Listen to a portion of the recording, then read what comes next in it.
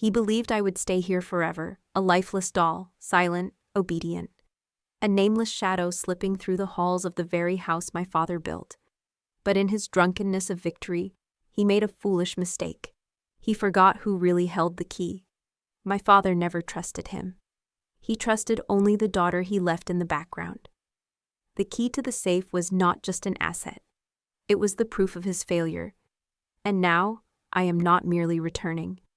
I am here to expose the truth and reclaim the name that was buried for so long. He should learn to fear the very person he once looked down on. Before we begin this story, let me know where you are listening from in the comments below. My name is Elena Brooks Wright.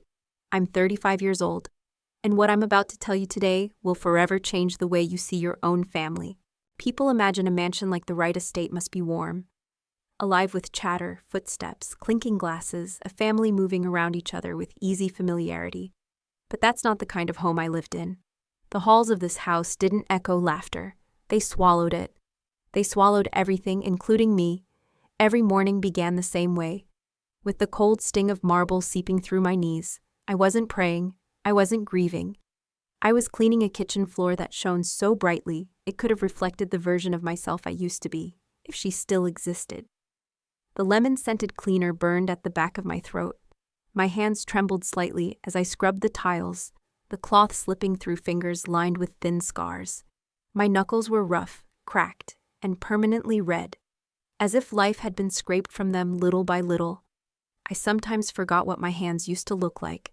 I only remembered my father once holding them in his, saying, "These hands were made to build a life, Lena, not to suffer one." I didn't realize then how prophetic those words would become. When I lifted my hand to wring out the sponge, the loose wedding band slid down to the base of my finger. It used to fit snugly. Now it dangled, almost weightless, too big, too symbolic. The silver band was the only thing my adoptive father left me on my wedding day. He had placed it into Marcus's palm and said, in that steady voice of his, "Protect her, she's my legacy." It's strange how a ring can mean everything and nothing at the same time. The sharp clatter of heels snapped through the quiet. Victoria swept into the kitchen like she owned the air inside it. She always walked as if she were stepping onto a stage, chin high, expression fixed, perfume trailing behind like a warning. Her eyes flicked toward the bucket of soapy water, then to me, kneeling on the floor. "Oh," she said, her voice dripping with disdain disguised as politeness. "Still here? I thought you'd have died of boredom by now." I didn't respond. I learned a long time ago that silence was my shield. Words only made the cruelty sharper. She lifted her teacup delicately, as if she were in some British period drama instead of her son's Texas mansion. Then, locking eyes with me, she tilted her wrist and let the cup fall. It shattered upon impact, the sharp crack echoing in the stillness. Hot tea splashed across my arm and seeped into my shirt. The porcelain shards skidded across the marble, some slicing thin, stinging lines into my skin. "Oh dear," she placed a hand dramatically over her chest. "You really should be more careful." She didn't wait for a response. She never did. She brushed past me, leaving behind the faint scent of roses and rot. I inhaled, then exhaled slowly. I gathered the broken pieces with bare fingers, feeling the edges bite into me, not enough to bleed, but enough to remind me I was real. Sometimes I needed the sting to anchor myself. That's the thing about emotional neglect. Eventually, pain becomes proof of existence. A few minutes later, Marcus walked in. My husband, or rather, the man who legally occupied that role.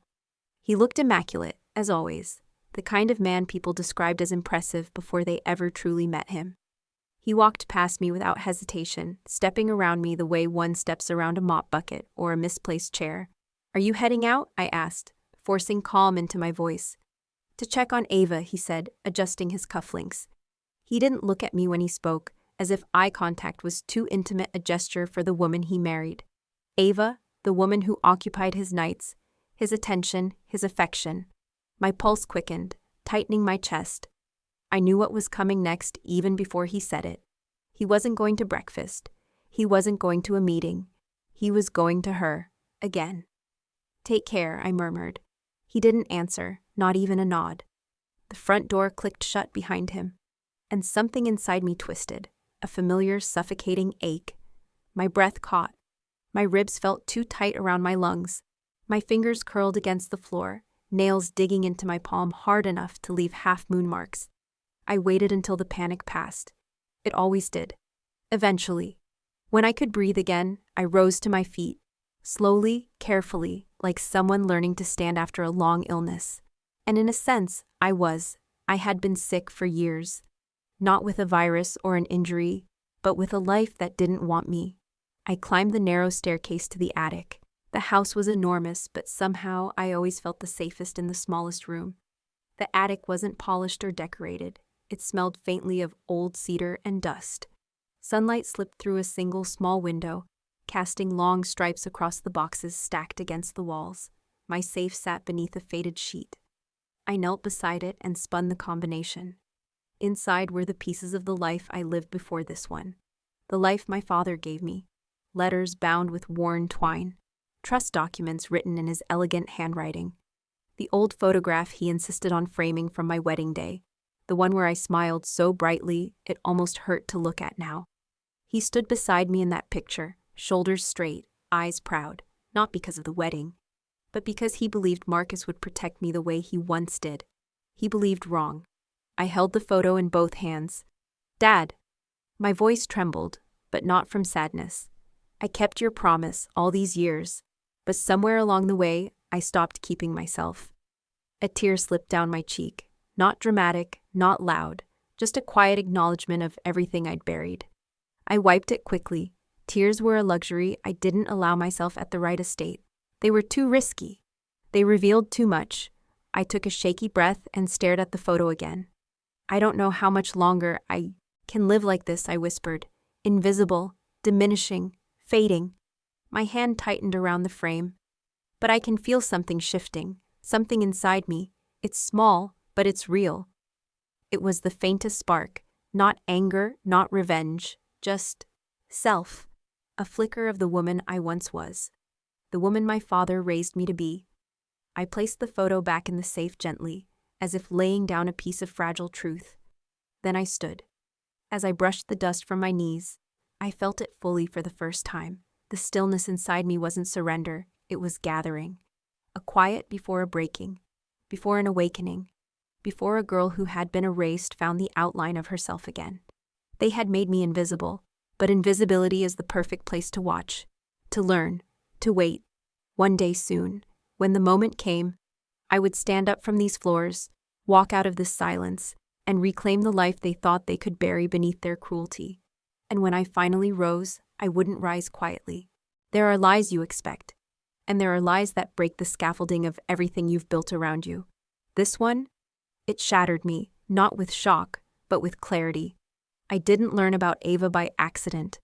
I'd known about her for months, heard her name whispered in dinner parties, seen the way Marcus left his phone face down, the way he smiled at texts he never let me read.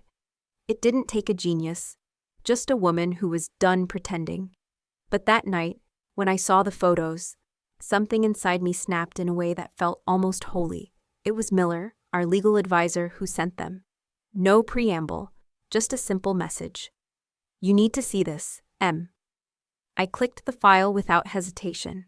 What I saw didn't surprise me. It confirmed everything I'd buried beneath politeness and patience. Liliu. Marcus had taken her to Liliu, the same restaurant where he once toasted to forever with me, where he held my hand across candlelight and promised that love, not money, would be our legacy. Now he sat in that same booth with another woman, smiling, relaxed, alive. She was beautiful, of course, carefully curated. Her hair fell in soft waves over one shoulder. Her fingers traced the rim of her wine glass, like she owned the moment. But it wasn't her beauty that stole my breath. It was what she wore. Around her neck hung a delicate silver necklace. My necklace. A pendant with the initials JH, the one my father gave me before he passed. I remember the moment he handed it to me, his voice hoarse from treatment, his fingers trembling. "Not everything I own is in the trust, Lena. Some things are just love made tangible. This is one of them." That necklace had been mine. He'd held it in his hand when he could no longer hold me. And Marcus, my husband, had given it to her. I stared at the screen for what felt like hours, the image seared into my mind. Not with rage, but with a stunning, surreal stillness. It wasn't betrayal. It was desecration. It wasn't anger I felt. It was mourning. Mourning for a version of myself that still believed Marcus would protect the things that mattered to me. Mourning the girl who thought love had rules, who thought loyalty had weight. The next day, I watched him walk through the house like he always did, confident, clean, charming to everyone but me. He stopped in the foyer to check his watch. "I'll be out all afternoon," he said without looking up. "With Ava?" I asked. He paused just enough to be guilty, but not enough to care. "Don't wait up." That night, after he left, I sat at the head of the long, empty dining table. It stretched across the room like a bridge I'd never been able to cross. I lit a candle, not for ambiance, for clarity. I pulled out the documents Miller had also attached to the email. The first page was straightforward, a corporate transfer agreement. 18% of Hailright Holdings, my 18%. The TAWAF shares my father had left to me, specifically in my name, untouched by Marcus's manipulation. The only true anchor I had left in this family. The only part of my identity that hadn't been swallowed whole by marriage. He wanted them. No, he planned to take them. There was a note clipped to the front. "We believe he intends to coerce you into signing these by early next week. His legal team assumes you're unaware of their content. Play your cards carefully." I reread that sentence over and over. Assumes you're unaware. Assumes you can't read them. That was the part that made me smile, an involuntary twitch of the lips that didn't reach my eyes. Marcus believed I was stupid. He'd mistaken silence for ignorance, gentleness for fragility. But I had spent years in this house observing everything. I read every contract my father ever drafted, every estate clause, every amendment in the trust. He had taught me how to see between the lines before he ever handed me a pen. The thing about being invisible is this: when no one sees you, no one guards their secrets. That night, Marcus returned home late. Smelled like wine and overpriced cologne. He didn't bother speaking as he climbed the stairs. I didn't stop him. I waited until I heard the shower running upstairs, then slipped into his study. It hadn't changed much in years. The same crystal decanter, the same leather-bound books untouched, the same framed photo of us, our wedding day. We looked happy, or maybe just unbroken. I sat at his desk and opened the drawer where he kept his private files. He never locked it. He didn't think he needed to. I found the original copy of the transfer document within seconds. He'd already signed it. My name was the only thing missing. He thought this was already done. He thought I'd sign it blindly. I stared at the space left for my signature and imagined what it must feel like to believe so fully in someone's weakness, to trust in their silence, to bet everything on their absence of fight. I left the paper where I found it. Let him think he was winning. The next morning, Marcus was on the phone, his voice muffled, careless. "She won't even read it," he said, chuckling. "She signs whatever I put in front of her. It's already done." I didn't confront him. I just stood at the top of the staircase, listening as he laughed at my supposed stupidity. That's when something shifted, not suddenly, not dramatically, but deep, like a river changing direction far below the surface. I didn't feel the need to scream. I didn't cry.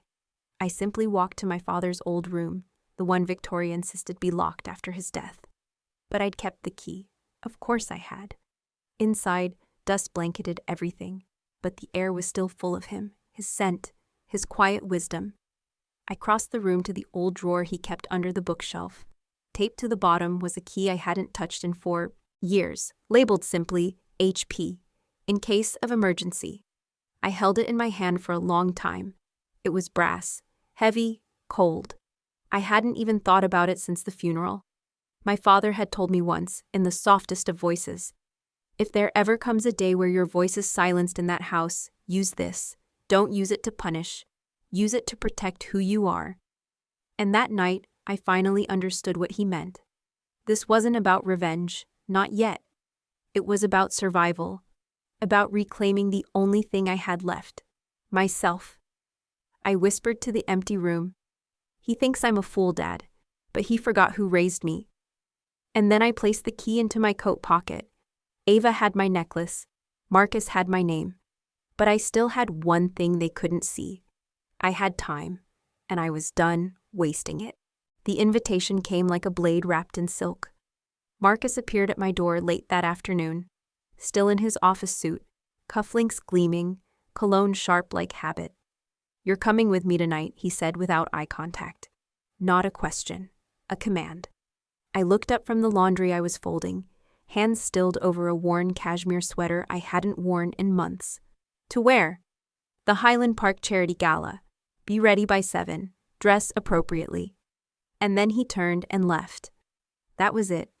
3 years of silence, of social exclusion, of sitting at home while he played Prince beside Ava. And tonight, he wanted me on his arm. I didn't ask why. I didn't need to. Marcus only invited me out in public when there was something to gain from the performance. Tonight, I wasn't a wife. I was a legal prop. He needed me to appear legitimate. And legitimacy, in this world, still required a woman with his name beside him. I walked into the closet.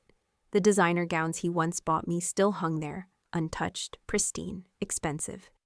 Gifts from another era. But I didn't choose any of them. Instead, I reached for the gray silk dress my father had once called elegant without trying. It wasn't flashy. It didn't sparkle. It whispered instead of shouted. It fit me perfectly, like I'd been growing into it all this time. I pinned my hair into a soft chignon, swiped a natural lip color on, and slipped into nude heels. The only jewelry I wore was a thin pearl bracelet. One of the few things my father gave me that Marcus hadn't pawned off as his idea. When I walked down the stairs, Marcus looked me over and gave the slightest nod. "You'll do," he muttered. And just like that, we were in the car. The gala was held at the Crescent, Dallas's golden sanctuary of wealth.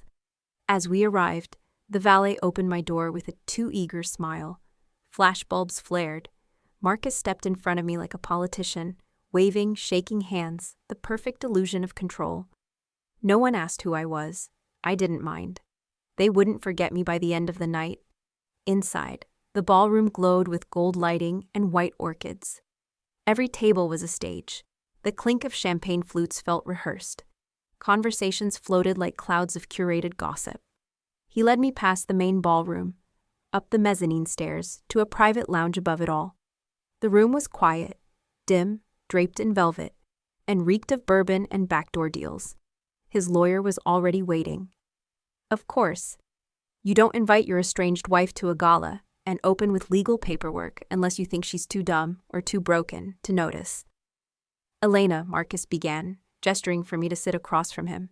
"We need to clean up some estate documentation. Legal maintenance. Won't take long." The lawyer smiled, crisp and hollow. "It's standard. You'll be doing yourself a favor, really." He placed a thick folder between us. My name was embossed in gold lettering across the top. I opened it, slowly, page by page. At the center of it all was a document labeled Reallocation of Private Trust Holdings. E. Brooks Wright. My heart didn't race. My hands didn't shake. I had already expected this. He was trying to transfer the 18% stake my father left me into his name, not the company's. His. I looked up at Marcus. He was watching me closely, his face expressionless, but his jaw ticked. He thought I'd just sign it. Because I always had. Because for years I played the good wife with the quiet mouth and softer backbone. I blinked slowly. I don't know if I understand all of this. He leaned forward. "It's not complicated. Just your signature, bottom of page 5. I nodded like a woman struggling to keep up. Like a woman too overwhelmed to question. Like a woman exactly how they needed me to be. I reached for the pen and signed it, with a small intentional error. A missing loop in the B of my middle name. It was so subtle, most eyes would have missed it. But in court, it wouldn't match my legal signature. The document would be void. I slid it back across the table. Marcus smiled, brief, controlled, victorious. "That's handled then." I returned the smile, folding my hands neatly in my lap. I'm glad I could help. He had no idea he'd just walked into his own trap. The rest of the night passed in a blur of expensive wine and plastic conversation. We stood on the balcony overlooking the ballroom, mingling with donors, board members, and plastic women with champagne laughs. Marcus smiled like a man winning at everything. He didn't introduce me to anyone, and still I smiled. Not for him, for myself. Because I'd finally learned something. There is power in being underestimated. On the way home, the air in the car was quiet. Marcus undid his tie, scrolling through texts. "She said you looked lovely," he said suddenly. I glanced at him. "Who?" He didn't answer. He didn't need to. "Ava." I turned back to the window.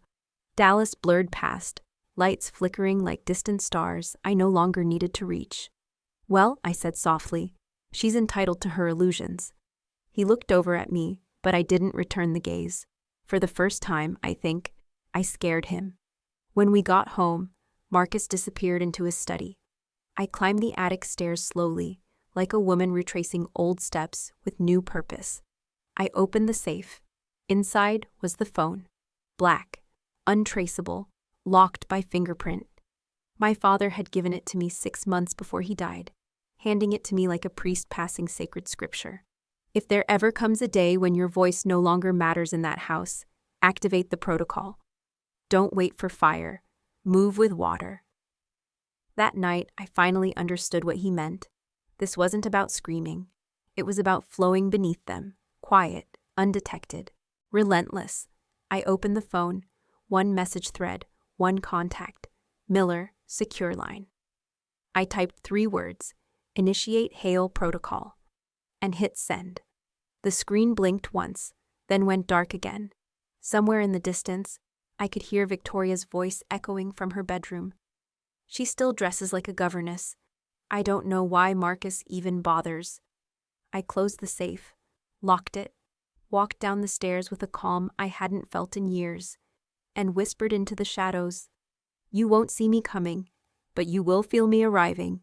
The house was too quiet that evening. The kind of quiet that hums under your skin, not peace, but the stillness before collapse. I stood at the bay window in the upstairs hallway, watching the wind churn the clouds into heavy knots. Dallas skies didn't cry often, but tonight, they grieved. Marcus had left an hour ago. "Investor dinner," he muttered, not even looking at me as he slipped on his black jacket. His shirt was unbuttoned at the collar, his wedding ring long since vanished from his hand. He didn't say when he'd be back. He never did anymore. The silence after the door closed didn't hurt like it used to. It felt expected, practiced. My lungs adjusted quickly to the absence. I turned off the hallway light and was about to head back to the attic when I saw headlights through the rain-blurred window. But it wasn't Marcus. It was her. A sleek black car rolled through the gates like it owned the place. It stopped at the circular drive. The door opened and Ava stepped out. Heels too high, hair too perfect for a storm like this. She didn't run for cover. She didn't flinch at the rain. She walked up the steps with the confidence of someone who believed she had already won. The door opened before she could knock. Of course it did. Victoria. I stayed at the top of the stairs, invisible in the shadows, watching. Ava stepped inside, shaking off droplets with a dramatic flick of her hair. She looked around the foyer like she was measuring for drapes, and then she saw me, half hidden by the banister. "Elena," she called, her voice bright and fake, and far too loud for that hour of night. Just the ghost I was hoping to find, I didn't respond. I descended the stairs slowly, barefoot, my cardigan hanging loose over my dress from earlier. She held an envelope in one hand. Her red nails clashed with the ivory paper. "This," she said, holding it up, "is the official goodbye. Marcus signed. Our attorney prepped it. All you have to do is disappear." I reached the last step and met her eyes. "You came all this way to deliver paperwork." "Oh, darling," she tilted her head, pity leaking from her tone. "I came to deliver closure. Marcus may not have the guts to say it, but I do. You're done here. You've always been done. You just refused to notice." She handed me the envelope. I didn't take it. Her smile stiffened. "Don't make this ugly," she warned. Then she slapped me. Her hand cracked across my face, not hard enough to draw blood, but sharp enough to split something inside me that had been held together too long. My cheek burned. not from pain, but from the absurdity of it, that she thought she could erase me with a single gesture. I didn't step back. I didn't touch my face. I simply looked her in the eye. "Are you finished?" I asked. She scoffed. "You'll be gone by morning. That's not a threat. It's your final chance at dignity." Then she turned and disappeared into Marcus's study like she had every right to be there. I stood in the foyer, the envelope now at my feet, the echo of her footsteps fading into the dark of the house, and something in me didn't break. It clicked. Not like glass under pressure, but like a gear falling into place. I walked to the closet, pulled on my coat, and stepped out into the storm. The rain hit my skin like small truths, each one colder than the last. The silk dress clung to my legs. Water filled my shoes until I kicked them off and walked barefoot down the stone path. No bag, no suitcase, no final look back. The world behind me was hollow, a lie wrapped in luxury. Each step away from that estate felt less like leaving and more like returning to myself, to the version of me that once had clarity, fire, purpose. At the corner, beneath the halo of a flickering streetlight, I pulled the black phone from my coat, the one labeled simply "Ouch." I opened the encrypted app, typed 2 words, "Initiate protocol." Then I called Miller. He answered before the first ring finished. "You ready?" "They made their move," I said. "Now I'll make mine." "You'll have access to everything by midnight," he said. "The suite's prepped. Documents are waiting. So is the necklace." I closed my eyes. "Thank you. You were never theirs, Elena." And then he hung up. I stood in the rain for a few more seconds, just breathing. The world didn't stop. The thunder didn't pause for my pain, but inside me, something lifted. Something unburied itself and began to stretch. At the Jewel, the penthouse was already waiting. The lights were dim, the room quiet. A warmth I hadn't felt in years greeted me, not from the decor, but from the absence of judgment, noise, control. On the bed sat a velvet box. I opened it with slow hands. Inside was my father's necklace, silver, worn at the edges. Engraved with his initials, J.H. Marcus had once slipped it onto Ava's neck like a trophy. But now, through quiet recovery, it was mine again. Miller's team had done what I couldn't, taken something back without noise, without war, just precision. I fastened the chain around my neck, letting it fall against my skin. Then I turned to the table where 3 stacks of documents waited. The Hale Trust, unredacted Wright Industries. Shareholder Exposure Report, Legal Grounds for Contract Invalidation, Exhibit A. Forensic Signature Review, every piece, every proof. Everything they thought I didn't know was here. I sat down, read it all, and didn't cry. I didn't cry when I saw Marcus's forged amendments. I didn't cry when I found Ava's name hidden in offshore accounts tied to corporate funds. I didn't cry when I realized they had planned to reduce me to 0, on paper and then in spirit. Because by now, I had nothing left to mourn. Only things to reclaim. Near 2 a.m., I stepped out onto the balcony. The rain had stopped. The city below glowed amber and gold, stretching endlessly toward the dark horizon. I looked down at the quiet streets and whispered the words I'd carried since my father passed. "This is not revenge, Dad. This is restoration. This is what happens when the woman they try to erase remembers who she is." And I meant it. Not just for them, but for me. I didn't sleep the night after I left the Wright estate, but for the first time in years, my insomnia wasn't caused by fear. It was strategy. I lay still in the dark, eyes open, listening to the rhythm of the city outside my hotel window. Horns in the distance, the occasional rumble of a late train. Somewhere below, the world moved, unaware that something tectonic had shifted in me. Grief used to keep me awake. Then came loneliness. Then came silence so heavy it wrapped around me like iron. But tonight, I wasn't grieving. I was calculating. The storm that followed Ava's slap had washed me clean of shame. My hands, once trembling with uncertainty, were now steady. And on the bedside table beside me lay 3 things: my father's letter, the original Hale Trust documents, and a burner phone glowing faintly with Miller's message. Hale protocol activated, all files secure, standing by. I rose before sunrise, showered slowly, dressed in a loose blouse and tailored slacks, neither loud nor forgettable. My armor wasn't style anymore, it was silence sharpened into intent. At 7:00 a.m., Miller arrived at the suite. His knock was short, purposeful. He entered like someone who already knew the end of the story but wanted to watch it play out with precision. "No press," he said, sliding his briefcase onto the glass coffee table. "We control every leak."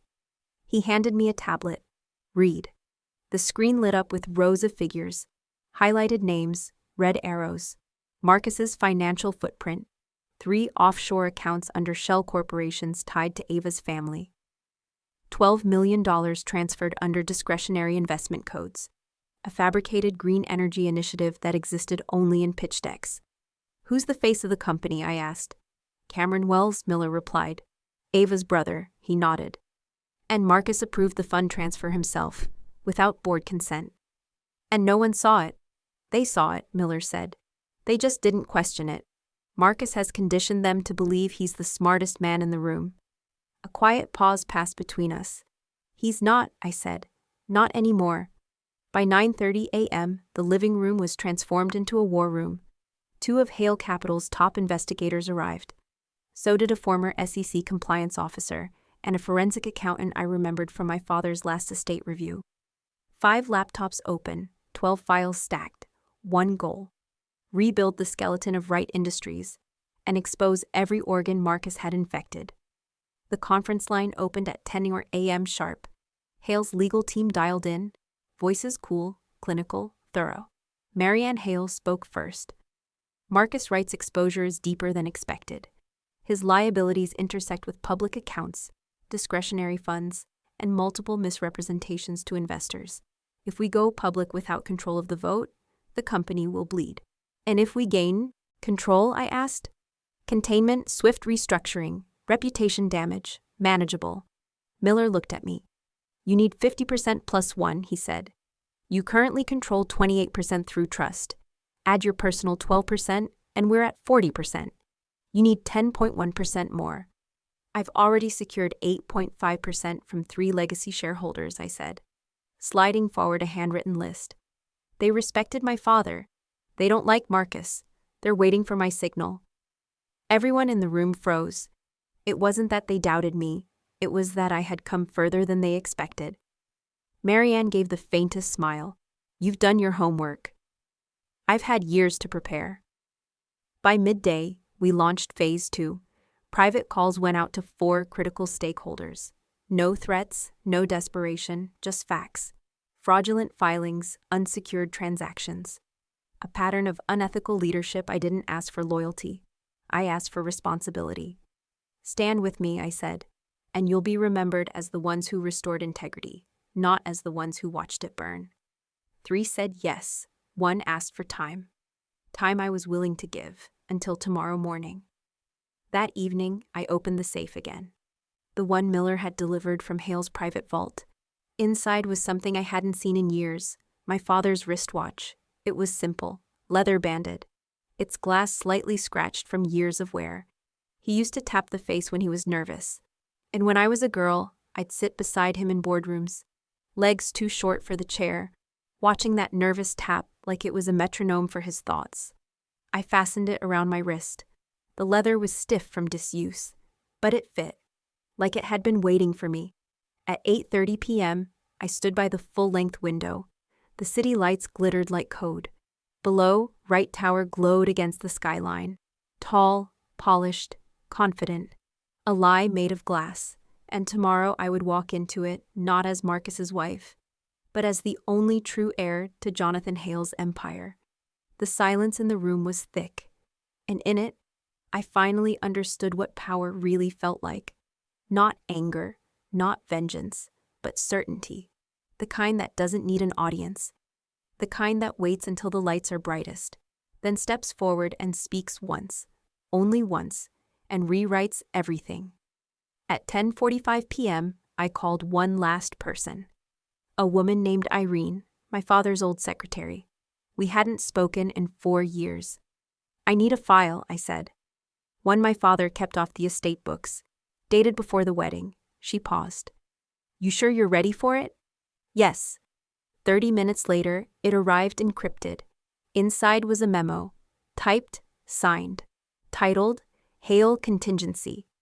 In the event of marital exploitation. It was dated 2 weeks before the wedding. I read every word. He had known. Not just suspected. Known. And he had built a failsafe I never saw coming. He wasn't just protecting the trust. He was protecting me from what love might blind me to. And I had been blind, but not anymore. Just past midnight, I opened the final draft of my statement for the shareholder meeting. I didn't rewrite it. I didn't add fire. I let it stay calm, precise. Because when truth is strong enough, it doesn't need to shout. It just needs to stand. The morning air outside Wright Tower was as sharp as the glass walls that lined its structure. I arrived before the sun fully claimed the Dallas skyline, dressed in silence and certainty. My heels clicked against the stone as I crossed the vast marble lobby, each step echoing with the weight of what was about to happen. For years, this building stood as a monument to everything Marcus claimed as his. Power, wealth, control. But today, it would be the stage for his undoing, and mine. Inside the executive floor, the conference room buzzed with early chatter. Shareholders greeting each other, assistants distributing folders, the smell of too strong coffee brewing in a silver carafe. None of them expected me, and certainly not like this. Miller walked a step behind me, briefcase in hand. The man was the embodiment of strategic calm, his face unreadable, as if today were just another line on the schedule. When I pushed open the door, the room didn't fall silent. It stalled. A subtle stutter in the rhythm of the morning. Marcus looked up from the head of the table, a practiced smile halfway to his lips. Then he saw me, and for a heartbeat, he didn't move. She's not on the list, he said flatly, addressing no one and everyone. I held his gaze. That list is obsolete. I own 40% of Wright Industries. My presence isn't optional. Gasps rippled. Miller stepped forward, placing the notarized trust documents on the center of the table. Combined with legacy proxies totaling an additional 15%, Ms. Elena Hale holds 55% controlling interest as of this morning. Marcus's smile vanished. Victoria dropped her teacup. The sound of shattering porcelain punctuated the room like a warning shot. I stepped into the center, my voice calm. I ask for 5 minutes, nothing more. After that, we vote. Someone tried to object, but the room had already shifted. The weight of truth when spoken plainly is gravitational. Behind me, the screen lit up. Miller cued the footage, the charity gala, the contract, the signature. Then, zoom in on the forged elements. Legal commentary layered in. Next slide, fund transfers, shell companies. Ava's brother, board violations, conflicts of interest. Offshore accounts linked to non-existent green initiatives. A separate screen split showed discrepancies in quarterly reports and internal audit suppression. Each image, each number, each name carried weight. The silence in the room became thunderous. I didn't narrate. The documents spoke for themselves. And so did Marcus's silence. The final slide. The Hale Trust. Sealed, signed, time-stamped. My name above a 28% share. Jonathan Hale entrusted me with his legacy, I said quietly. Not as a gift, as a safeguard, against this. Victoria looked ill. Her hand trembled over her lap, eyes darting to Marcus, then to the screen, then to me. I turned to face the board. I am not here to destroy this company. I am here to save it. And I moved to remove Marcus Wright as CEO, effective immediately. The vote was swift. No theatrics, no raised voices. 7 hands to 2. Marcus stood slowly. He didn't argue. He didn't plead. He simply stared at me as if trying to see the version of me he missed, or dismissed. Security approached. He looked away first. As he walked toward the door, he paused briefly beside Victoria. She didn't touch his arm, didn't stop him, just lowered her gaze. After he left, I remained at the head of the table. Let's begin the transition. No one clapped, but they listened. And in that moment, I didn't feel triumphant. I felt responsible.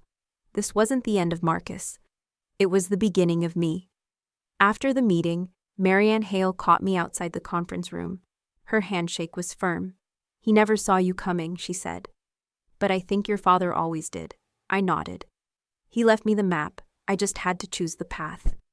Later that day, I walked through the lower floors of Wright Tower, passing departments that had once whispered about me behind polished glass. Now those whispers carried a different tone, one of curiosity, respect, and something close to awe. I stopped by the R&D floor, remembering the first time I shadowed my father there as a teenager. The engineers looked up from their screens. One gave me a small, almost reverent nod. In the lobby, I paused beside the portrait of my father, Jonathan Hale. He stared out from the canvas as if watching the building breathe, as if knowing his name was safe again. "Thank you for believing I would know when," I whispered. Then, I took the elevator to the rooftop garden, a space rarely used except by Jonathan, who called it his thinking room. It was overgrown now, forgotten. But the view of Dallas was still perfect, still vast, still full of possibility. I stood at the railing for a long time, letting the wind pull at my hair. Back in my suite at the Jewel, I stood by the window and watched the city breathe. Not one part of me wanted to celebrate, because victory that comes from loss never tastes sweet. It tastes honest. I took out the old photo of my father, creased and faded. You were right to believe I'd know when the time was right. For years, I thought survival meant silence. Now I knew better. Survival was just the first draft of becoming. And tomorrow I would begin writing the next chapter, not as Elena Wright, but as Elena Hale. By the next morning, my name wasn't just whispered in the corridors of Wright Tower. It was printed on headlines, splashed across business channels, and dissected by every voice that had once called me irrelevant. The silent wife who silenced a CEO. Elena Hale, the woman who played the long game. But none of it mattered. What mattered was what came next. That morning, I didn't walk in through the side employee entrance like I had for the last 5 years. I came through the front. The receptionist stood up as I entered, visibly startled. "Miss Hale," she stammered. Congratulations." I nodded with a calm smile. "Thank you. Could you let the boardroom know I'll be leading the 9 a.m. operations meeting?" "Yes, ma'am. Right away." I stepped into the elevator, glass walls revealing a slowly waking Dallas beyond me. The world was turning, and for the first time in years, it wasn't turning without me. Inside the boardroom, the mood was mixed, equal parts curiosity, apprehension, and something nearing hope. Miller opened the morning presentation. "We'll begin with asset reallocation, operational risk analysis, and capital redirection. Ms. Hale will walk us through the transition strategy." I took the floor. "We're not here to burn everything down," I said. "But we're not here to plaster over rot either. We're cutting ties with vendors under investigation. We're pausing offshore expansions until internal audits are completed. And we're restructuring leadership to reflect merit, not legacy." I turned to the financial analyst.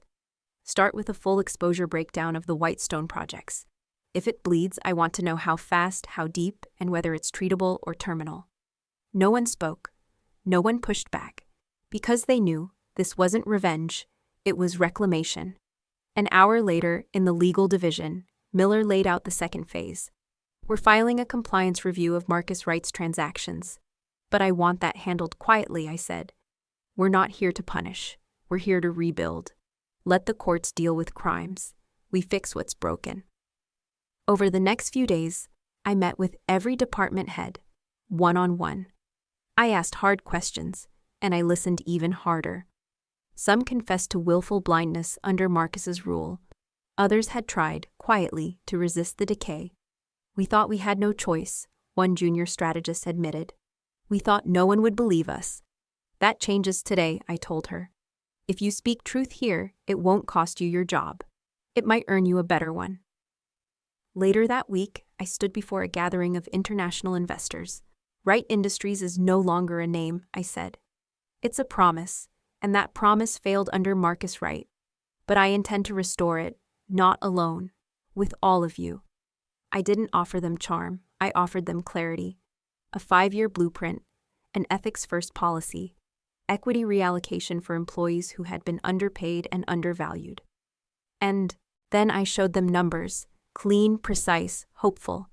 After the presentation, one investor, the sharpest among them, leaned forward. "You're not like him," she said. "No," I replied. "I'm the daughter of the man who built this company. I'm not here to inherit. I'm here to honor," she smiled. "And you just might save us all in the process." In the days that followed, headlines shifted tone. Right to Hail, a legacy reclaimed. New chairwoman sets ethical standard in Texas boardrooms. Reform at the top, inside Hail Global's silent revolution. But the moment that stayed with me came not in front of press or stockholders. It came quietly. In a sunlit corner of the building, I found Victoria. She was seated on a bench by the fountain my father had commissioned years ago. "You could have ruined him publicly," she said, not looking at me. "That would have been easy," I replied. "But it wouldn't have healed anything." She turned toward me. Her face, once so sharp, looked tired. "I was cruel to you. I let him be worse." "Yes," I said. "But I understand now. You were surviving in your own way, like I was." She reached into her purse and pulled out an envelope. "This was Jonathan's last letter. He asked me to give it to you if you ever stood your ground." My hands shook slightly as I took it. Inside, a single sheet of his handwriting. "If you're reading this, it means you chose yourself. That's all I ever wanted. I loved you like my own because you were stronger than any bloodline. Don't let them turn you bitter. Lead, build, and when you can, forgive." Tears welled up, but didn't fall. "Not this time." "Thank you," I whispered. Victoria looked away again, ashamed. "What happens to me now?" I sat beside her. "There's a trust, for your name, from him. I won't touch it. It's yours, but there's one condition." She blinked. "What?" "It funds a literacy program for single mothers, in your name." For a moment she said nothing, then she nodded. Not because she agreed, but because she understood. By month's end, Wright Industries had a new name, Hail Global Group. The rebranding was subtle, elegant, and deeply symbolic. We launched not with a party, but with an initiative, partnering with ethical tech startups and local community rebuilding projects. We cleaned house, then opened our doors to new thinkers, new builders, new hope. The new logo bore the shape of a phoenix interwoven with a tree. Renewal and roots, fire and life. It was everything I wanted this rebirth to be. In my new office, I replaced the oil painting of Marcus with a quiet photograph of my father planting a tree outside our old home. It was framed in reclaimed wood. I kept his watch on the desk, the one he always wore to meetings. It didn't tick anymore, but I didn't fix it. It was never about timekeeping. It was about presence. When I sat at the desk, it wasn't power I felt. It was peace. But deep down, I knew one chapter still waited to be closed, and it would begin, as so many stories do, with a knock at the door. The morning of the board vote felt nothing like a battle. It felt like breath held too long, finally exhaled. Marcus arrived with 2 attorneys and a jaw clenched so tight I could see the muscle twitch just beneath his cheek. He didn't look at me. He looked at the walls, at the polished floor, at the nameplate that no longer bore his name. His steps were measured, but the weight in them gave him away. He walked like a man who knew the edge was no longer ahead, but underfoot. The conference room was full.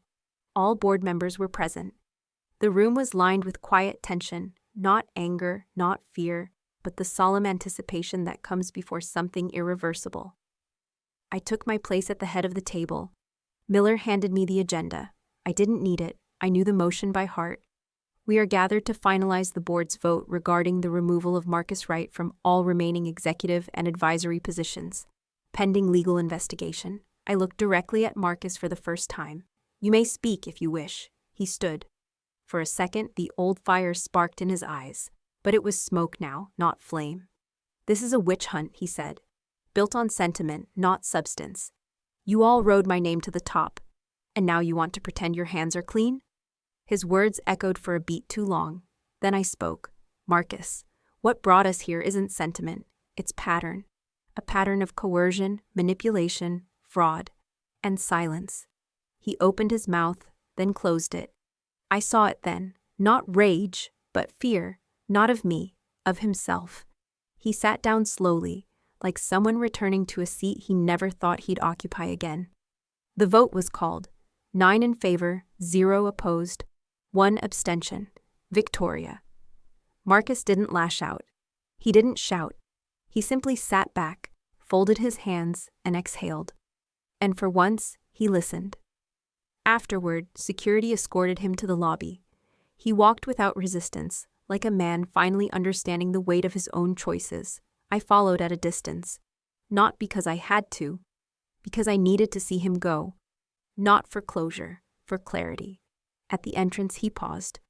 "Why didn't you humiliate me?" he asked quietly, without turning. "Because I don't need to win like you did," I said. "And because someone once loved you enough to hope you'd be better." He turned slightly, eyes glassy. But he said nothing more. The next day, the news broke. Marcus Wright removed. Hale Global charts new path. The article included no sensationalism, no leaked footage, no vitriol. It was surgical, professional, controlled, just like I wanted. Ava, however, didn't enjoy the same grace. She was arrested on charges of wire fraud, conspiracy, and obstruction. The footage she so confidently used to mock me became the very noose that undid her. It turned out that the same surveillance systems she used to watch me had documented her illegal dealings with painful clarity. Miller handled everything. Do we respond publicly to her arrest? No, I said. Let the silence speak. 1 week later, I visited the Hale Foundation headquarters, the building my father had bought but never used. We opened it that day, under soft light and quiet music, welcoming 100 new employees. Programs for tech education, literacy, re-entry job placement. I wanted every wound I carried to become a door someone else could walk through. The walls were filled with images of community projects, with rooms named not after donors, but after principles: dignity, resilience, trust. Victoria attended the opening. She stood to the side, wearing gray, as if trying to shrink herself into the wall. I approached. She flinched. "You don't need to be afraid of me," I said. "I'm afraid of what I became," she whispered. "Then change." She looked up. "Is it too late?" "Only if you stop trying." I gave her a position, not as a favor, as an opportunity. "You'll report to the literacy program director, and you'll earn your way forward." Tears filled her eyes. "He never would have allowed this." "Then let that be your reason to accept it." She nodded slowly, then turned away to compose herself. Later that afternoon, she approached me again, hands trembling. "Elena," she said, would you ever consider coming to dinner?" I looked at her, not as the woman who once poured tea on my hand in disdain, but as someone clawing her way back from the edges of herself. "Yes," I said. "But only if you cook." She laughed, a broken laugh, but real. Back at Hale Global, things moved forward. Employees stopped averting their eyes in the hallway. Departments held inter-team meetings voluntarily. Budgets reflected purpose instead of excess. People smiled more. Meetings ended on time. I know that sounds small, but in a broken system, punctuality is a symptom of healing. We even held a town hall. Open questions. No scripts, no PR filters. A junior engineer raised her hand. "Ms. Hale, do you believe in second chances for people like Marcus?" I paused. "I believe in accountability, but yes, I believe in redemption. I just don't believe in shortcuts." There was a murmur of agreement. Not applause, not awe, just understanding. That night, as I left the building, I saw Marcus outside. He was thinner, dressed simply. No suit, no entourage. "Are you following me?" I asked. He shook his head. "No, just walking. I was hoping I'd run into you." "Why?" "To say, I remember who I was, before all of this, before I started trading integrity for applause." He looked at me, not like a man pleading, but like a man realizing. "I'm sorry, Elena, not just for what I did, for what I taught you to tolerate." For a moment, I said nothing. Then I nodded. "Thank you." He didn't ask for more. He didn't deserve more. But for the first time, his silence wasn't violent. It was reverent. In my office that night, I wrote one final memo. Healing is not forgetting. Healing is remembering without rage, acting without revenge, building without bitterness. I looked out across the city, the lights like 1,000 open eyes. I pressed my hand gently to the glass, like I was touching something I'd once lost but had finally recovered. This chapter was ending, and I was the one writing it closed. The first day Hale Global officially operated under its new name felt less like a celebration and more like a quiet sunrise. Gentle, unwavering, full of promise. No banners, no parades, just a soft change in the signage out front and a subtle shift in the tone of every meeting, every hallway conversation, every decision made with deliberation and care. Some employees stopped as they entered the lobby and stared at the new glass panel etched with the name Hale Global Group. Beneath it, a simple inscription: "In integrity, we rebuild." I arrived early that morning, not because I had to, but because I wanted to watch the city awaken. The skyline of Dallas shimmered under a soft fog, the kind that feels like the world is being gently rewoven. The streets below pulsed with quiet life. Even the elevator ride up to my office felt less like an ascent to power and more like a homecoming. My new office smelled of cedar wood and clean linen. Gone were the leather-bound books meant to impress, the over-polished surfaces designed to intimidate. Instead, light filtered through linen curtains, landing on simple wooden shelves lined with books on ethics, leadership, and community building. A plant my assistant gifted me sat in the corner, thriving. One corner wall now displayed 3 framed photos, one of my father planting trees with neighborhood children, one of a Hale Global team volunteering at a food bank, and one of our new literacy graduates at a podium, diploma in hand, tears streaking her cheeks. I met with department heads for 2 hours that morning. Each one brought ideas, not numbers, not power plays. Ideas. That was the first sign we were healing. "We want to establish a mentorship program," said Michelle from HR. "Pair senior staff with interns from underrepresented communities." "Do it," I said. "And make sure it's not performative. Measure impact, reward results, make dignity part of the structure." Next, finance. Then engineering, then philanthropy. The trust was returning, slowly but surely. That afternoon, I visited the R&D floor. It had always been a cold, utilitarian space under Marcus. Now it buzzed with quiet energy, whiteboards covered in ideas, prototypes that weren't just profitable, but purposeful.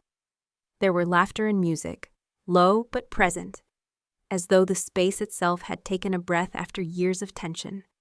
"We're working on adaptive tech for people with limited mobility," said Lonnie, one of our senior developers. "We think we can reduce cost by 40%. "Let me test it when you're ready," I smiled. "I want to feel what we build, not just read the pitch." She blinked at me. "Really? Really? I won't lead from behind glass." 2 weeks later, we hosted the Hale Global Community Summit, a conference open not just to shareholders, but employees, partners, and the public. It was our way of saying, this company belongs to more than just numbers on a ledger. There were panels on ethical innovation, digital equity, and emotional intelligence in leadership.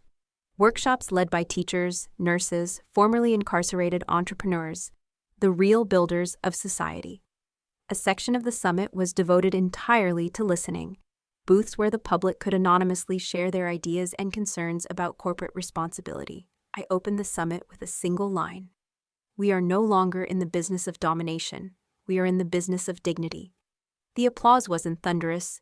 It was warm, sustained, honest. It felt earned. One of the most profound changes came not from corporate strategy, but from a conversation I had with a janitor named Raymond. "Ms. Hale," he said one evening, catching me in the hallway, "I've been cleaning this building for 15 years.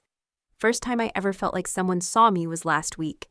One of the new VPs thanked me, said I was part of the team. He smiled, eyes gleaming.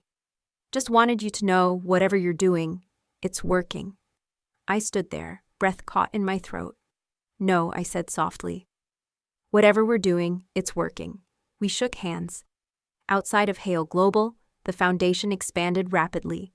Within a few months, we launched literacy programs in 3 cities and opened applications for single mothers to access full scholarships for online degree programs.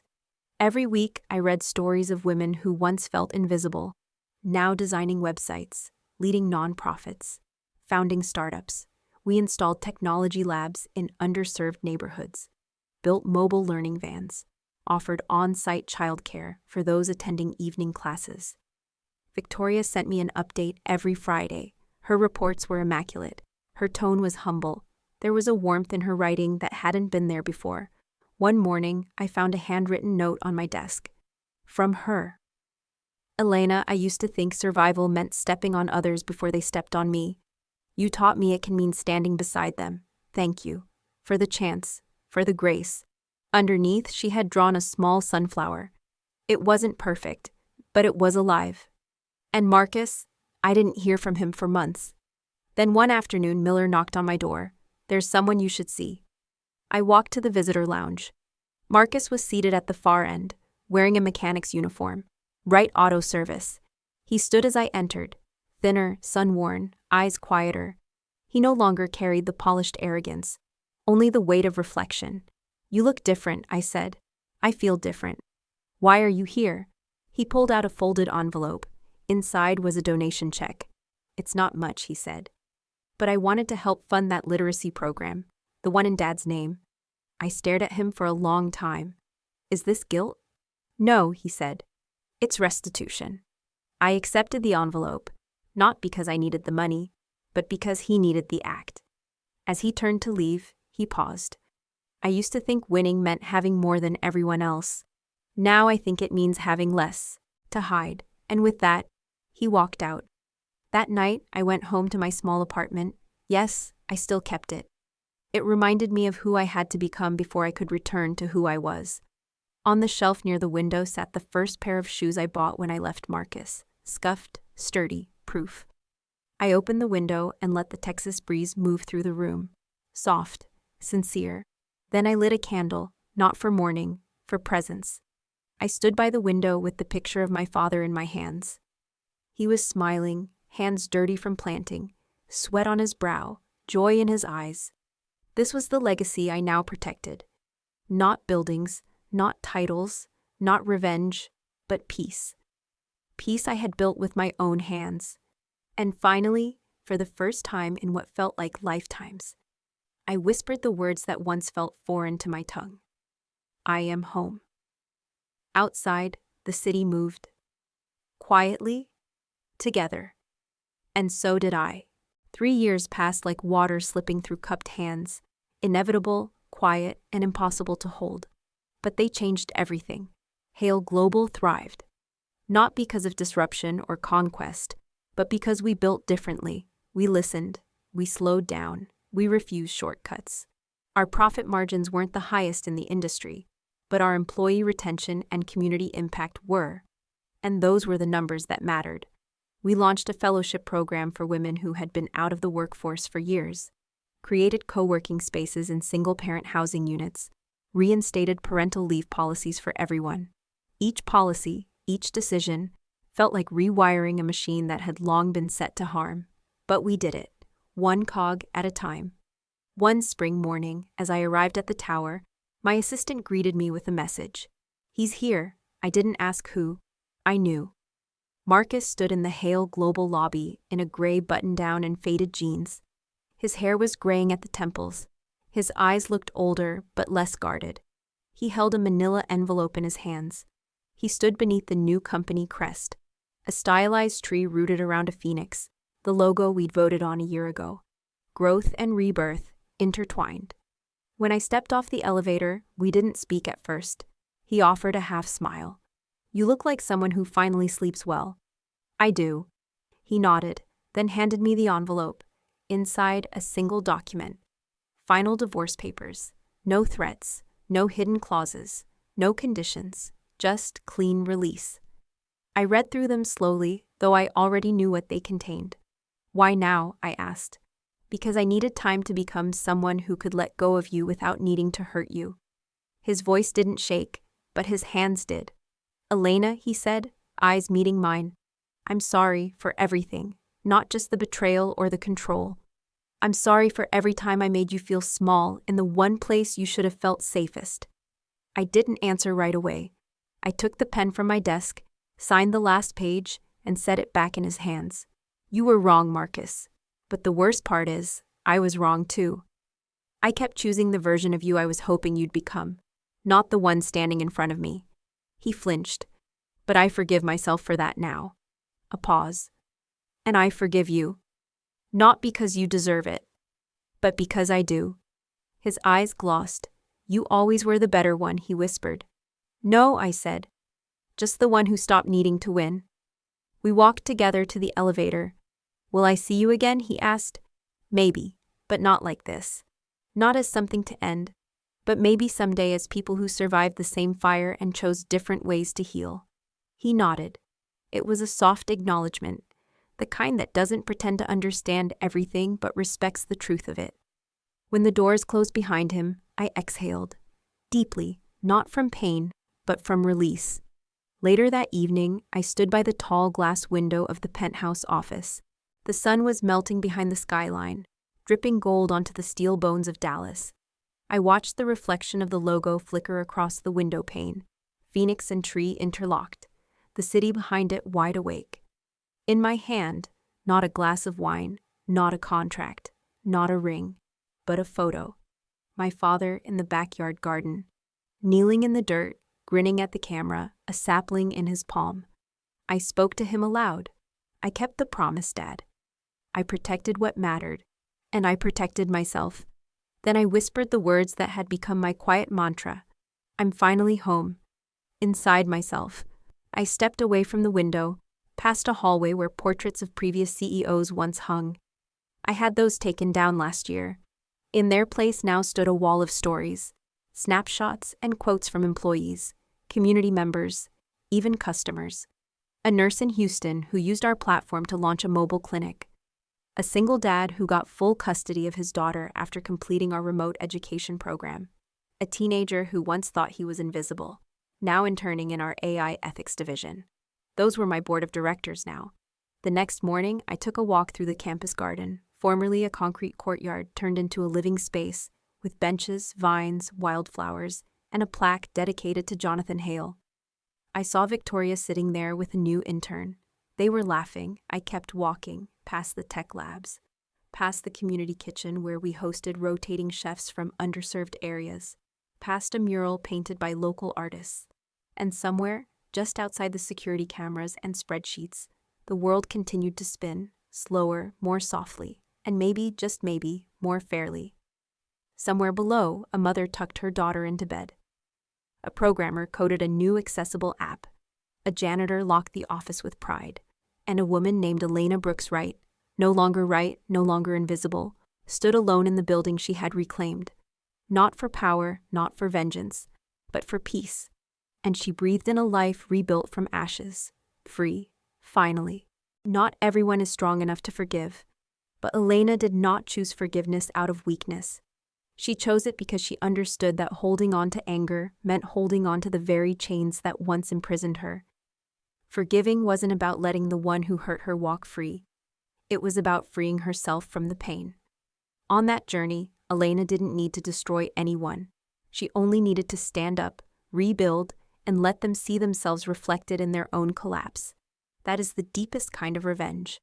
Silent, unforced, the calm that comes after the storm. If you have ever been Elena, or loved a Marcus, or been convinced by the world that you were not enough, leave a comment. You don't need to share everything, just a single dot, or a simple reminder that you're still surviving. Sometimes that alone is enough to remind one another that we are not alone in our self-rescue. Because like Elena, you too can become your own home.